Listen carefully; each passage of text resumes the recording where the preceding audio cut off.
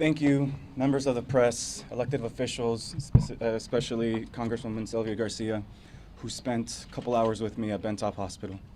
Thank you, friends, for showing up, family members, former students of mine that I saw in the crowd. Thanks for coming. I have a prepared statement I would like to read to you guys.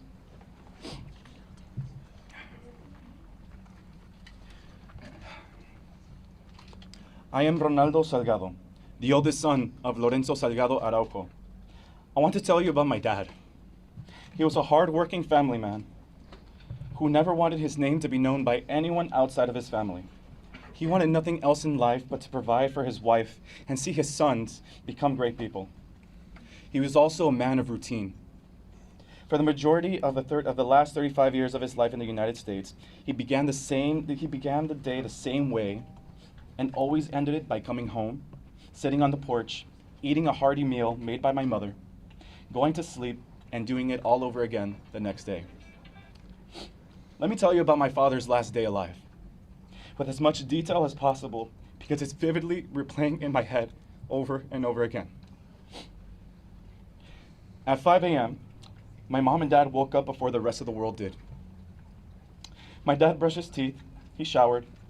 My mom cooked him a huge meal for him to eat that day. At 5:50, my dad got dressed, grabbed his lunch and coffee, hugged and kissed my mom goodbye, slipped on his hat for the day, loaded his lunch, his work boots, his coffee in his work van. He patted our dog on his head goodbye and drove off to pick up his crew for work. At 6:45 a.m., he should have been picking up the last of his guys before heading to North Houston to finish up construction on some houses. 5 minutes later, unbeknownst to me, at 6:55, unbeknownst to all of us, my dad had been shot inside his van near the intersection of Wayside and Canal by ICE agents in unmarked cars. I want to tell you about my day. Around 7 a.m., I was notified by my mom that something bad had happened to my dad. We didn't know what. All we knew is that it was ICE related. At 7:05, 5 minutes after, I left the house, drove all the way up to his work site an hour away to find any evidence of his van. Had he been detained by ICE, he would have wanted the van to be delivered to the work site so that the other workers that were there could finish up the houses and the families could get paid. By 8 a.m., after not finding any evidence, I saw a Facebook post on the Southeast Houston Facebook page about ICE activity on the intersection of Wayside and Canal. It's a place where I've called home. The East End has been our home. I live not too far away from there, so I'm familiar with the area. I didn't think it was him, but I had to make sure. By 8:35 a.m., I arrived in the East End to find Canal Street blocked off. I saw my dad's van, but no sign of him. I frantically called family, friends, loved ones to see if they can find any information. I saw a video posted on Facebook that he had been shot. I recognized him immediately. Not from his appearance, but from his voice, crying for help as he lay on the street, bleeding out. I stayed on site for hours, talking to officers or anyone who can give me any answers. I encountered a representative from LULAC, Conchita Reyes, who got in contact with Congresswoman Sylvia Garcia to confirm that my dad, Lorenzo Salgado Araujo, had been taken to Bentop Hospital, but his condition was unknown. With all the hope in the world, I drove to Bentop Hospital, the hospital that I was born in, my brother Lorenzo Jr. was born in, and my youngest was born in. I went to Bentop Hospital and demanded answers, but no one could give them to me. I learned of my father's passing from a news report on social media, not the hospital, not law enforcement. Through a collective effort from local organizations and elected officials, we got answers. My father's death was confirmed.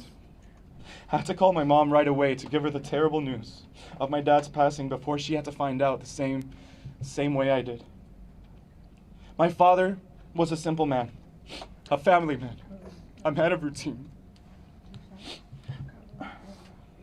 He dedicated his life in the United States to giving his family the American dream.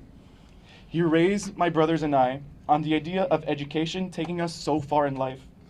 So through his hard work and inspiration, he saw me attend the University of Houston and graduate from there. Saw Lorenzo Jr. attend and graduate Tufts University in Boston.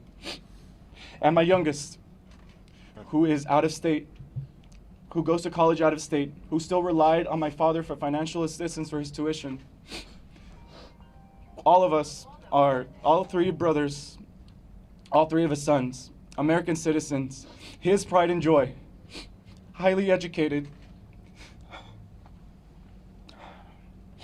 After nearly 35 years of working to give us the American dream, he made the choice to begin the process of obtaining his American dream through a work permit. We dotted every I, crossed every T, filled every document, attended every appointment. He was close to obtaining his legal status. My father was a private man, a man who dedicated his life to work. He worked the last 30 years of his life building homes in the Houston suburbs. Part of his dream was to build a house for himself and his family, just like the hundreds he had built for himself over his career. One that he could call home. One that he can call ours, our home. And he did. After he built his own house with his crew, composed of family members and other loved ones. He achieved it. After it was built and up until last weekend, you can find him every evening after work, resting on his porch, listening to music, petting his dog. That's how I want the world to know my father. Not as someone who got shot and killed, but as a family man, a man who understood that good things come to those who put in hard work. I am deeply heartbroken to see that the man who taught me the value of hard work, family values, and education will no longer spend an evening on that porch.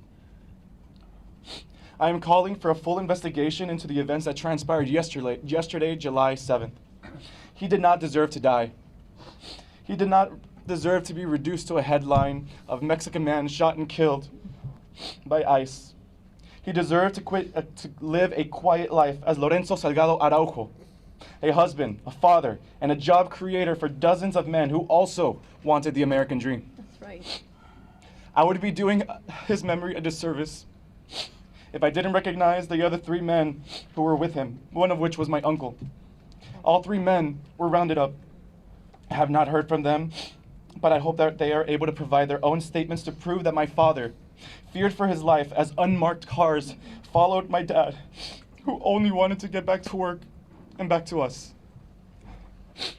Thank you all for everything. If you could say a few words in Spanish. Just short. Para los medios de español, mi papá, Lorenzo Salgado Araujo, fue un hombre humilde, fue un hombre que nomás quería trabajar y para dar mejor vida para su esposa, nuestra madre, y para mis hermanos. Él se levantaba cada mañana y hacía las mismas cosas cada día. Se levantaba, se vestía, agarraba su lonche y se iba al trabajo desde las 6 de la mañana hasta las 7, 8 de la noche, 12, 14 horas, en todos el los solazón, días, en el sol de Houston, de Texas, para provenir para nosotros, para darnos de comer. Para darnos la educación y para que nunca nos falte nada en esta vida. Ronaldo, ¿cómo quieres que recuerden a tu papá? Yo quiero que el mundo entero se recuerde de mi papá, que sepan de mi papá que fue un hombre honesto, humilde, trabajador, que él también dio oportunidades de trabajo a muchas personas. Había muchas instancias que gente venía a nuestra casa, tocaba la puerta para pedirle a mi papá la oportunidad de trabajar con él. Y sí, les dio mucha gente, muchos hombres la oportunidad para trabajar con él, para construir casas, para familias en Houston.